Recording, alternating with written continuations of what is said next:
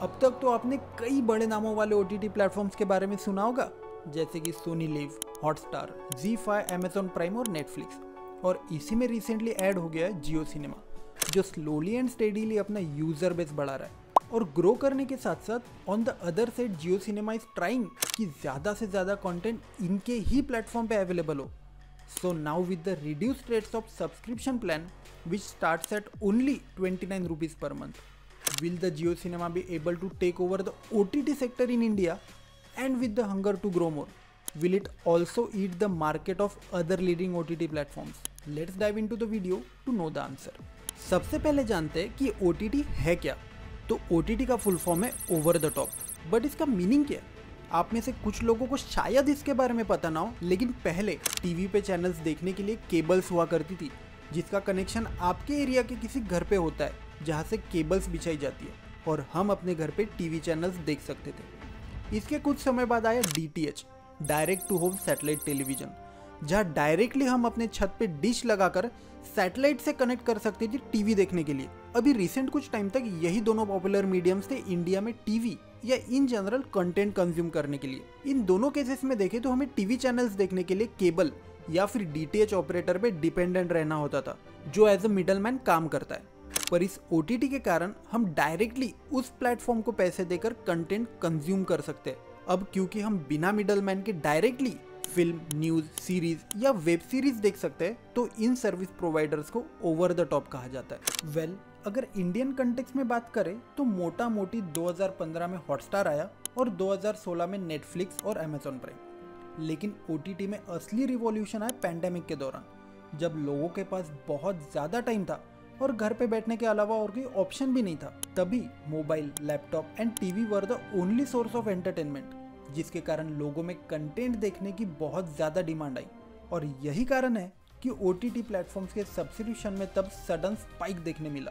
इसी initial stage में sacred games, Mirzapur और फैमिली मैन जैसे इंडियन शोज ने हमारे व्यूवर्स की सिर्फ एक्सपेक्टेशन मीट नहीं की, बल्कि उससे कई ज़्यादा एक्सीड किया। और इसी के साथ हुई धमाकेदार शुरुआत इंडियन OTT प्लेटफॉर्म्स की। शुरुआत भले ही बहुत बढ़िया हुई हो, लेकिन ये दौर बहुत देर तक चला नहीं। जो स्पेकुलेशंस लगाई जा रही थी इंडिया में OTT राइज को लेके, वो सभी धरी की धरी रहेगी।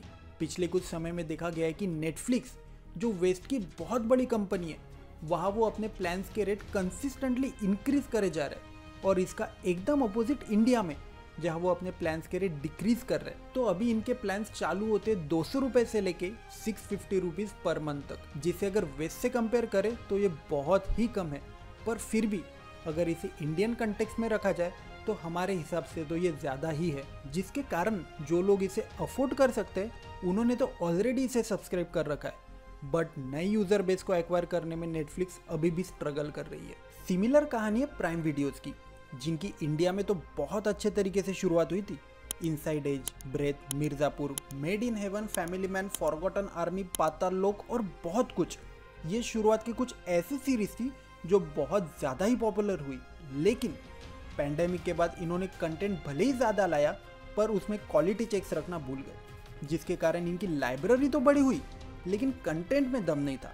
तभी इन्होंने प्राइम वीडियोस के अंदर स्टोर लाया, जिसमें अलग अलग छोटे छोटे प्लेटफॉर्म्स का सब्सक्रिप्शन मिलता है। और जब वो भी ज़्यादा नहीं चल पाया तो इन्होंने मिनी टीवी लाया, जो एब्सोल्युटली फ्री है, क्योंकि इन्हें पता चल गया कि इंडिया में फ्री का कंटेंट ज़्यादा बिकता है। और ये उनके बिजनेस से भी अलाइन करता है, क्योंकि जेफ बेजोस खुद ये कहते हैं कि प्राइम वीडियोस से उन्हें कोई प्रॉफिट नहीं कमाना है, बल्कि ये तो बस एक जरिया है मेंबरशिप खरीदवाने का, जिससे लोग अमेजोन से जुड़े रहे। और मिनी टीवी के साथ ये कम्प्लीटली अंडरस्टैंडेबल है। इन दोनों के अलावा अगर हॉटस्टार की बात करें तो इन्होंने शुरुआत की थी 2017 में, जहाँ इनका प्राइम फोकस स्पोर्ट्स था।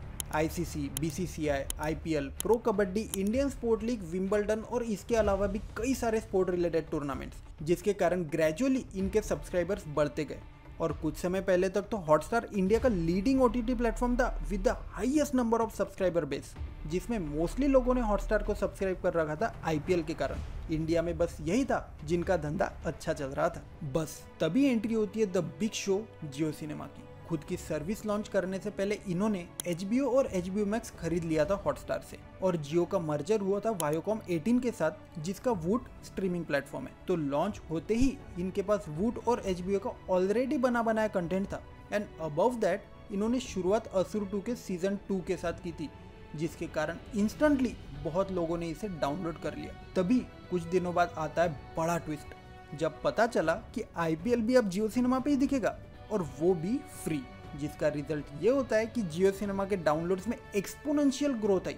अब इस ग्रोथ को ध्यान में रखते हुए इन्होंने HBO के साथ साथ धीरे धीरे पीकॉक, पैरामाउंट और वार्नर ब्रदर जैसे बड़े कंपनीज के कंटेंट को भी खुद के प्लेटफॉर्म पे ऑनबोर्ड किया। और यही काफी नहीं था कि इन्होंने उदय शंकर, जिनका बहुत बड़ा योगदान था स्टार को स्टार बनाने में, उनको भी जियो सिनेमा में हायर कर लिया। और भाई इसके बाद तो आव देखा न ताव, सीधा हॉटस्टार ही खरीद डाला। डिज्नी इंडिया और रिलायंस के बीच मर्जर हो गया था, जिसका मतलब अभी ये है कि जियो के पास इतना भर के कंटेंट आ गया है जिसकी गिनती नहीं है। स्टार के सभी channels including star sports, Viacom के चैनल्स, कलर्स, MTV, इसके अलावा सभी मेजर न्यूज चैनल्स। IPL तो पहले से ही खरीद लिया था और अभी स्टार के कारण सभी इंटरनेशनल मैचेस, वर्ल्ड कप और बाकी स्पोर्ट्स जैसे कि football, basketball, hockey, Asian games, Olympics, लगभग सब कुछ कवर कर लिया इन्होंने। बस यहाँ स्टार के साथ जो मर्जर किया है उसमें डिफरेंस यही है कि वुड बहुत ही छोटा प्लेटफॉर्म था, तो उसको पूरा अपने ऐप पे इन्होंने ऑनबोर्ड कर लिया। लेकिन हॉटस्टार की आइडेंटिटी, उसकी मार्केट वैल्यू को ध्यान में रखते हुए इन्होंने इसे सेपरेट ही रखा है। बस देखना ये होगा कि आगे चल के जियो सिनेमा और हॉटस्टार दोनों को हम सेम सब्सक्रिप्शन में देख पाएंगे या नहीं, जैसा अभी वुड के साथ हुआ है, या फ्यूचर में भी इन दोनों को ये सेपरेट ही रखेंगे। फिलहाल तो इन दोनों का सब्सक्रिप्शन अलग अलग ही है। तो अभी इंडियन मार्केट में देखा जाए तो जियो के पास सबसे ज्यादा टीवी चैनल्स है, सबसे ज्यादा OTT प्लेटफॉर्म्स है और सबसे ज्यादा, या डिज्नी के आने के बाद यूं कह लो, 100% बच्चों का कंटेंट और उनके कार्टून इन्हीं के अंडर आते हैं। इसके अलावा इनके खुद का प्रोडक्शन हाउस, जिससे हमें इनके ओरिजिनल शोज देखने मिलेंगे। मूवी स्पेस में तो जियो स्टूडियोज पहले से ही तबाही मचा रहा है। रिसेंट कुछ हिट्स को अगर हम देखेंगे तो बहुत ज्यादा चांसेस है कि वो जियो सिनेमा प्रोडक्शन के अंडर ही बनी होगी। आर्टिकल 370, शैतान, लापता लेडीज, भेड़िया, डंकी, मिमी, जरा हट के जरा बच के and the least goes on. ये तो बस हिंदी की बात हो गई। रीजनल सिनेमाज में भी इनका ग्रो करने का प्लान है, जहाँ मराठीज और गुजराती में ऑलरेडी इन्होंने बहुत एम्बिशियस प्रोजेक्ट साइन कर रखे हैं। तो अभी लॉजिकली सोचा जाए तो सीधा सीधा जियो सिनेमा और हॉटस्टार मिलके इंडिया का सबसे बड़ा OTT प्लेटफॉर्म बन गए। बस फर्क ये है कि ये दोनों फिलहाल अलग अलग एंटिटीज है, लेकिन फर्स्ट और सेकंड पोजीशन इन्होंने ही, या यूं कह लो जियो ने ही एक्वायर कर रखी है, जिसका सीधा सीधा इम्पैक्ट नेटफ्लिक्स और प्राइम जैसे प्लेटफॉर्म्स पे डेफिनेटली पड़ेगा और आगे चल के शायद सोनी लिव और ZEE5 जैसे प्लेटफॉर्म्स खत्म भी हो जाए। तो बस अभी यही देखना है कि सर्वाइव करने के लिए बाकी प्लेटफॉर्म्स अपने कंटेंट पे रिलाई करते हैं या फिर कंपटीशन में रहने के लिए अपने रेट्स को कम करते हैं। विद दैट बीइंग सेड, आपको क्या लगता है कि जियो सिनेमा ही इंडिया में OTT का प्लेटफॉर्म है या फिर कोई दूसरा OTT प्लेटफॉर्म इसे ओवरटेक कर लेगा? Let me know your thoughts in the comment section. Thank you for watching the video till now. यहाँ तक आए हो तो सब्सक्राइब करके जरूर जाना। मिलेंगे अगले किसी वीडियो में, तब तक के लिए टेक केयर, अपनी सेहत का ध्यान रखो, एंजॉय करो, मूवीज देखो, लेकिन इतनी नहीं कि आपके आंखें खराब हो जाए।